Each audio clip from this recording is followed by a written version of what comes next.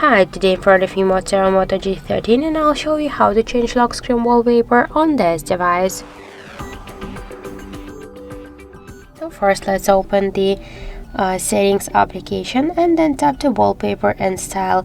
Here click to the change wallpaper section and we can select our new wallpaper from our device camera, from the photos previously taken on our device camera or downloaded from the internet.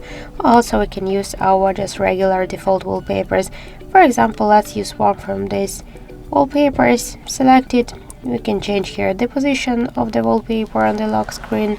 We can see how it will look on our lock screen. Then tap on the right bottom corner and select lock screen.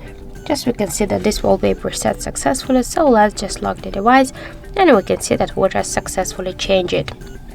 If you wanna make it by another way, you should just hold for a while the home screen with a finger, then tap to wallpapers icon, and after that by the same way select one from these available wallpapers. For example, let's use one from the downloaded photos wallpapers. Just select lock screen, tap on the right hand corner, click lock screen once again, and that's it.